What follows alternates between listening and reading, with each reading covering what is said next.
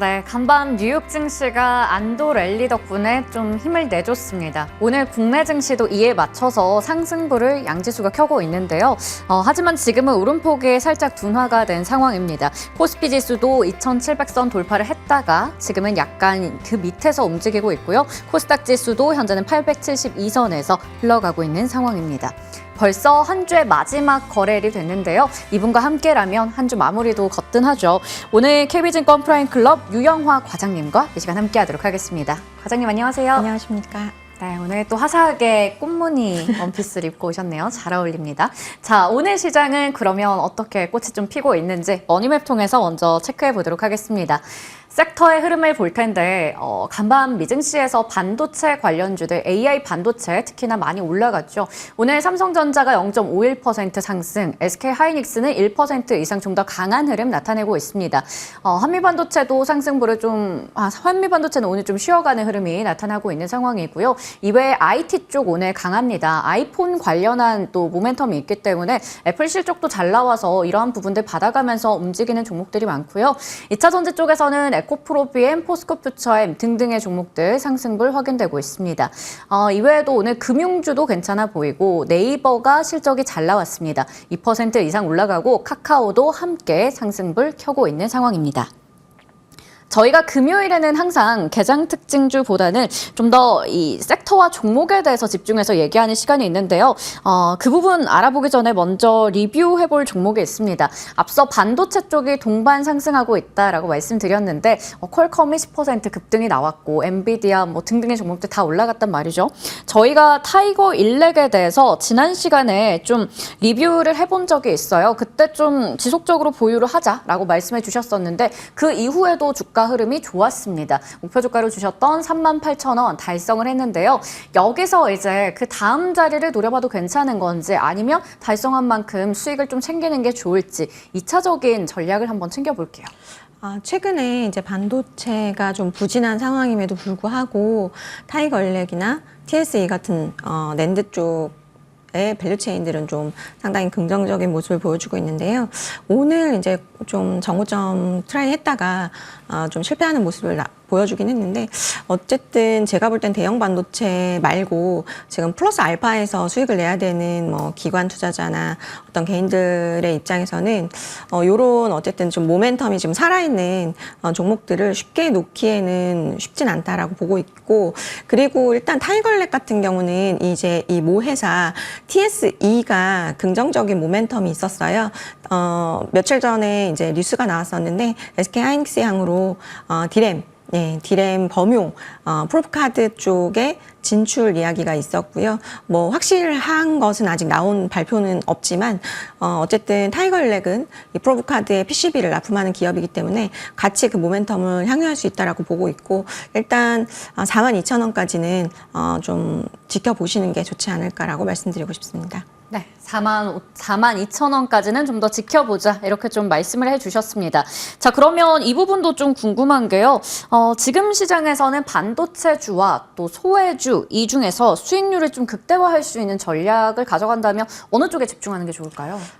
일단 SK하이닉스, 저는 이제 대형 반도체 쪽의 변곡점이 SK하이닉스의 실적 발표에서 좀 나왔다라고 보여지는데, SK하이닉스의 실적 발표가 나온 날 사실 더할 나위 없는 실적과 컨코를 보여줬는데도 불구하고 SK하이닉스가 빠지기 시작했거든요.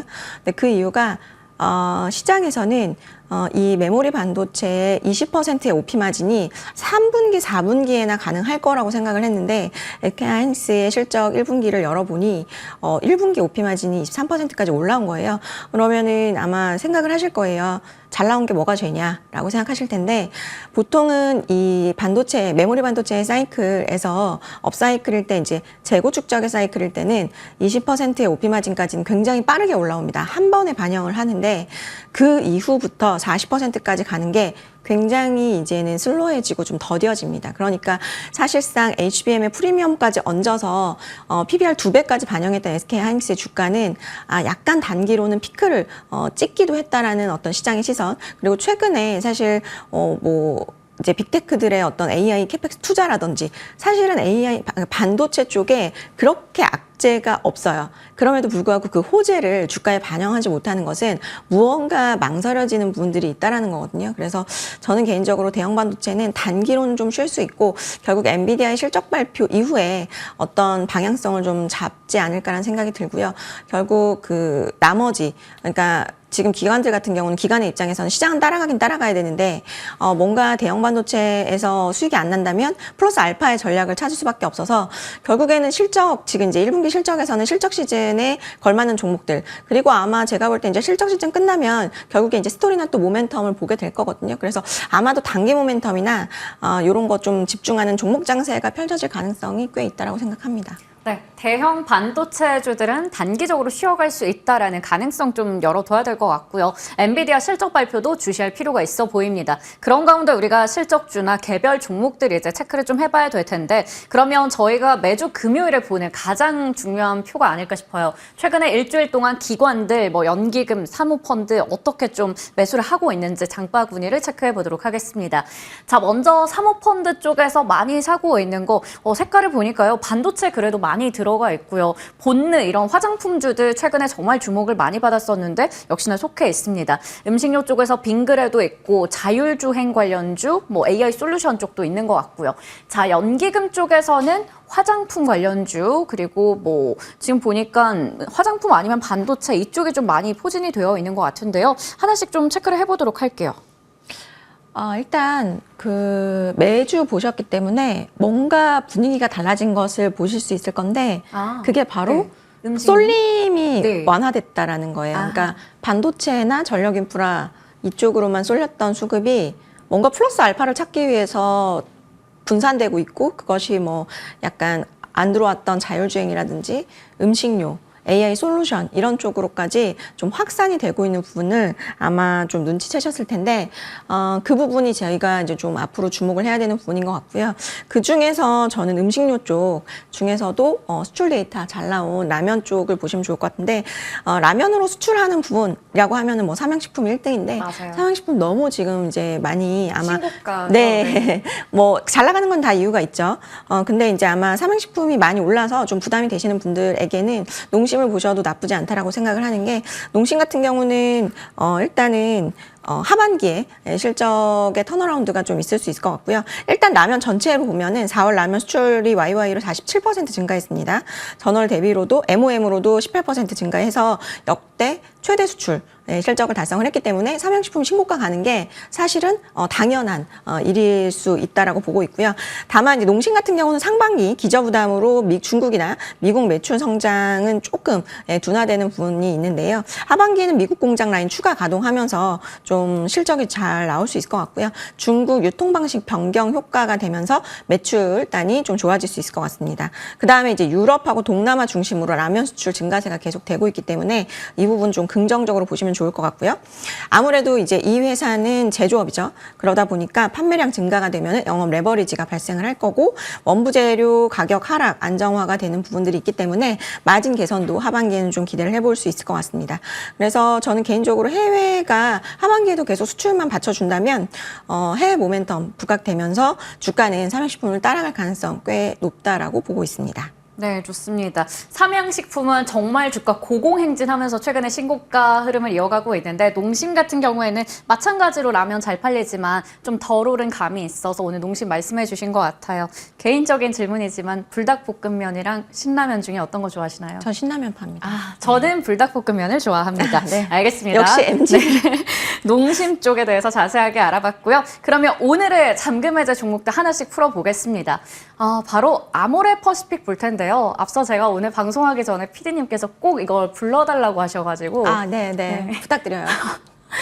달디 달고 달디 달고 달디단 턴어라운드라고 이제 실적이 잘 나왔는데 굉장히 힘드네요. 네. LG생활건강과 아모레 퍼시픽이 실적이 잘 나왔습니다. 원래는 화장품 중소형주들이 비중국 모멘텀에 잘 갔었는데 올해는 다시 이렇게 대장주들이 돌아오는 흐름이 나타나고 있거든요. 첫 번째 투자 포인트 확인해 보도록 하겠습니다. 네, 본업의 회복. 일단은 본업 잘 되고 중국 시장에서 어느 정도 소비가 좀 일어나고 있는 모습도 확인이 되고 있잖아요. 그러니까 중국이 엄청 좋아졌다 이거는 네. 아닌데요. 일단은 중국이 나빠졌던 것이 조금 회복되고 있다.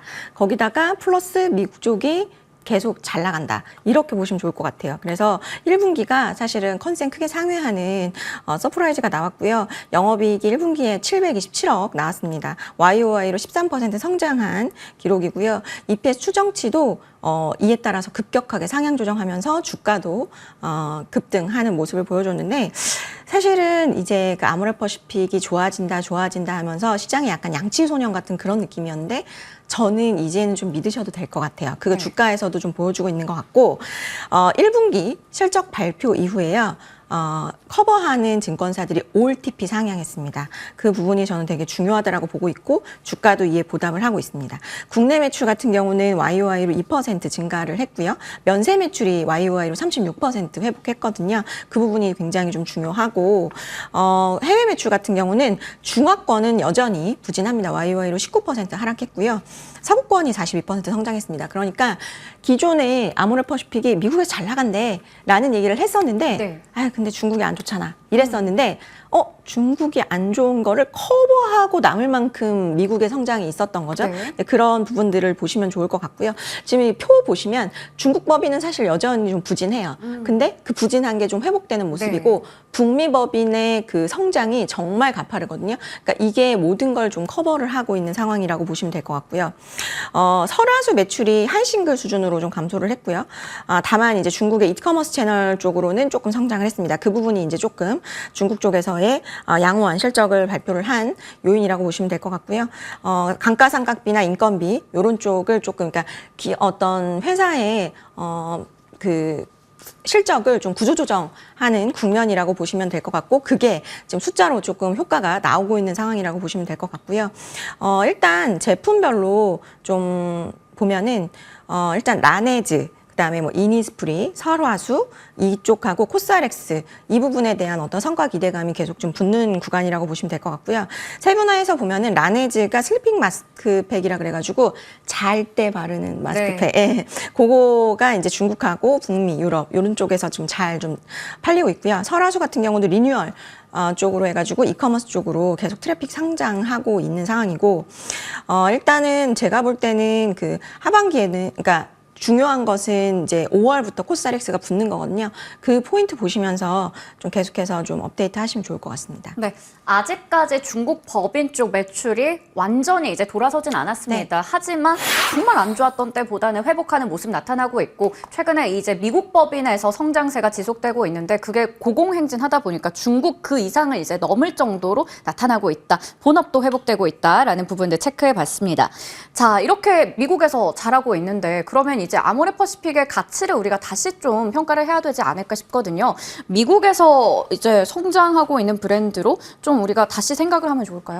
지금 미국에서 잘 팔리는 브랜드사는 거의 대부분 이제 그 비상장사잖아요. 네. 예, 그러다 보니까 이제 아모레퍼시픽을 아마 이제 좀 탑픽으로 놓게 되지 않을까. 브랜드사 쪽에서는 뭐 ODM이나 플랫폼이나 이런 회사들은 많았었는데 브랜드사로 되게 잘 나가는 기업을 시장에서 좀 찾았고 그게 아마 이제 저는 아모레퍼시픽이 되지 않을까 싶고요. 일단 주가의 방향성은 코스알엑스가 잡고 있다라고 보시면 될 것 같아요. 근데 이 코스알엑스의 실적이 5월부터 반영이 되기 시작하거든요. 보시면 코스알엑스가 이제 1분기에는 반영이 안 됐지만 2분기부터 매출 1,400억 붙고 그다음에 영업이익도 한 500억 정도 붙습니다. 그래서 코스알엑스가 아마 이제 지금은 보수적인 가이던스를 조금 이제 회사에 주고 있는데 아마도 제가 볼 때 하반기로 갈수록 계속 좀 가이던스 상향이 있을 것 같거든요. 워낙 잘 되니까. 그래서 그 부분도 컨센서스 상향에 대한 기대감을 좀 가지고 계시면 좋을 것 같고 일단은 그 2년 동안 그 아모레퍼시픽의 서구권 채널 성장은 앞으로 좀 계속 순조롭게 좀 이어질 것 같아요. 그래서 좀 주목을 해 보시면 좋을 것 같고 아까도 말씀드렸지만 지금 북미 쪽에서 우리나라가 굉장히 잘하고 있는데 ODM이나 플랫폼은 있는데 브랜드사는 없었다는 거죠. 근데 그게 이제 아모레퍼시픽에 붙기 때문에 그 부분에 대한 어떤 그 기관들의 니즈가 좀 계속해서 좀 반영이 되지 않을까라는 생각입니다. 네, 좋습니다. 미국 쪽에서 잘하고 있고 코스알 X에 대해서도 좀 체크를 해봤습니다. 올해 들어서 아모레퍼시픽 움직임 보니까요. 진짜 한 3월 말부터 해서 지금까지 너무 많이 올랐어요. 20%가량 올라가는 모습 보여주고 있는데 뭐 전고점이면 사실 최근에 찍었던 그 17만 4천 원대이기 때문에 이것도 금방 넘을 수 있지 않을까 싶거든요. 목표 주가는 어느 정도로 바라보세요? 목표 주가는 일단 20만 원 말씀드리도록 하겠고요. 손절가는 14만 5천 원 말씀드리겠습니다. 네, 좋습니다. 아모레퍼시픽 목표 주가는 20만 원, 손절가는 14만 5천 원으로 제시해 주셨습니다. 자, 다음 종목은 현대오토에버 확인해 보도록 할게요. 작년에 랠리를 우리가 다시 볼 수 있을지 올해는 좀 재미없는 흐름들이 이어지고 있거든요. 연초 대비해서 주가 많이 눌려 있습니다. 첫 번째 투자 포인트 열어보도록 할게요. 실적에 대한 실망 때문에 이런 걸까요? 아무래도 비수기다 보니까 좀 기다려야 되는 걸까요? 일단은 1분기 실적은 좀 실망스러웠지만 저는 2분기부터는 괜찮아질 수 있을 것 같아서 지금이 조금 보시기에 괜찮은 시기가 아닌가 싶고요. 실제로 주가도 뭔가 실적은 잘 안 나왔지만 바닥에서 조금 턴하려고 하는 움직임들을 보여주고 있습니다. 일단은 그 1분기 실적이 영업이익 307억으로 컨센이 378억이었는데 한 70억 정도 미스를 했어요. 근데 실망한 만큼 주가도 그거를 또 반영을 했기 때문에 우리가 이제 간과하지 말아야 될 것은 밸류에이션이 그만큼 싸졌다라는 것이 매력 포인트가 생겼다라고 저는 보여지거든요. 근데 이제 미스를 왜 했냐라고 보면은 결국 차량용 소프트웨어 부분에서 내비게이션 교체 투자 비용이 4분기부터 1분기까지 집행이 되면서 그러니까 결국 이제 그 버는 돈보다 이제 비용 단이 조금 더 많이 부담이 되면서 조금 실적 미스가 나왔다라고 보시면 될 것 같고요. 다만 제가 볼 때는 이제 1분기 같은 경우는 뭐 성장은 저는 실적 성장은 계속 된다라고 보고 있기 때문에 2분기까지도 좀 기대를 해봐도 되지 않을까라고 생각을 하고 있고 1분기 조금 비용 단 때문에 부진했지만 2분기부터는 그런 부분 좀 해소되기 때문에 2분기에서는 실적 우려가 그렇게 크지 않은 상황이라고 보시면 될 것 같고요. 일단은 2분기부터 하반기로 갈수록 저는 모멘텀은 좀 늘어나는 구간이라고 생각을 하는데 상반기 중에 차량용 내비게이션 세대 교체 투자가 일단은 좀 완료가 될 것 같고요.